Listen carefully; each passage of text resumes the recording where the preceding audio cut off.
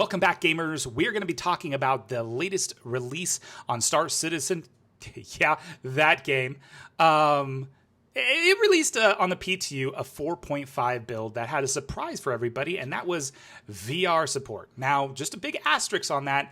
It's a big asterisk. It's experimental, meaning it's not finished. It's not, meant to be judged harshly, even though your boy is going to do it because we're just honest. We're just honest. So let's start it off right away, right? Sylvan, just going to let you know, all within the respect of you. I'm just going to be honest with my first impression and say what I said in Evocati, which people took back as like an attack on the dev himself, but it was more like just the astronomical task that you put on your plate, which was, I initially thought like only an idiot would think that it's appropriate to add VR into the massive scope that Star Citizen is.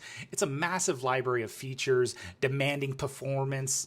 Certainly not ideal for the workload that the teams already have just to get the game closer to the vision over the next 5 years. Like there's a lot of work in Star Citizen that still needs to be done.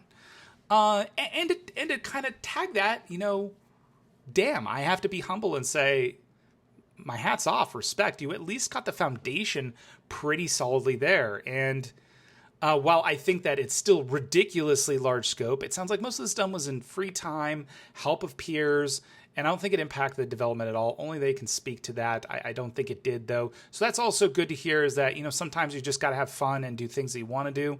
And I think that's healthy. I'm concerned, right? I love this game so much. I don't want to see it get fumbled by a lot of good ideas that only get halfway instead of one great idea that goes all the way. So, there's obviously that emotional fear. But another thing I want to add in there that the community has been talking about is, oh my gosh, thank you for this full VR support. I think Sylvan probably could agree with this, but kind of with some asterisks and buts, is this isn't full VR support. The industry pretty much says a game, in order to have full VR support, means you can play the game from beginning to end with just VR. That means native VR controls, UI, camera systems, basically no interaction with keyboard and mouse through the entire duration of the game.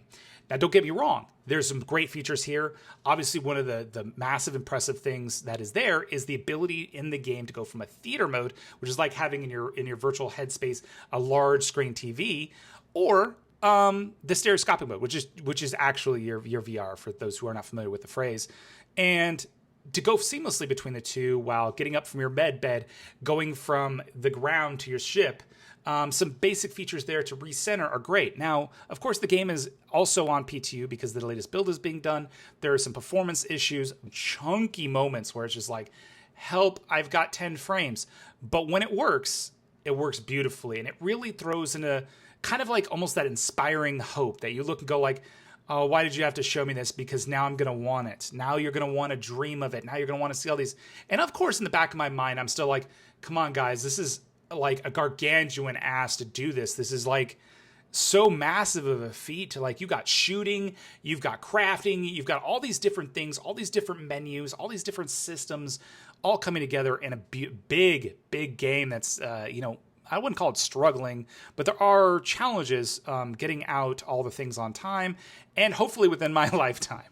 So hats off again to the Sylvan and the few people that did it. Of course, I'm going to always be critical, and I'm always willing to help provide immediate feedback on it.